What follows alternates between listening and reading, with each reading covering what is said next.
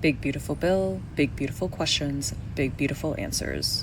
Medicaid has become a really effective and cheap way to provide health insurance to more and more working younger people. Maybe they've just rolled off of their parents' health insurance. They've got an entry-level job. The Senate's bill proposes two particularly big changes to Medicaid. The first is a Medicaid work requirement. There are a lot of people who would be required to perform 80 hours of either work or looking for work or some kind of community service related activity every month. If they fail to meet that requirement, they would potentially lose their Medicaid benefits. The concern is that a lot of people are going to lose benefits not because they're not working, but because they fail to fill out the paperwork appropriately. It gets lost in the mail. The more sort of hurdles you put in front of people, the more people are going to make a mistake along the way and not end up getting those benefits. Actually, back in 2018, the Trump administration let Arkansas get a Medicaid work requirement in effect in the real world. What we saw was most people who were supposed to be subject to that requirement didn't know about it.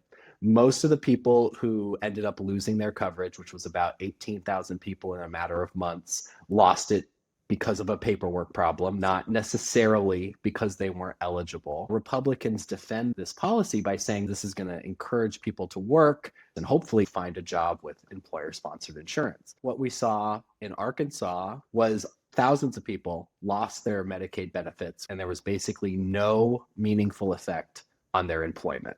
So people weren't getting new jobs, they just ended up losing their coverage. People are basically concerned that we're going to see that same story now play out at the national level. We could see millions of people lose their health insurance.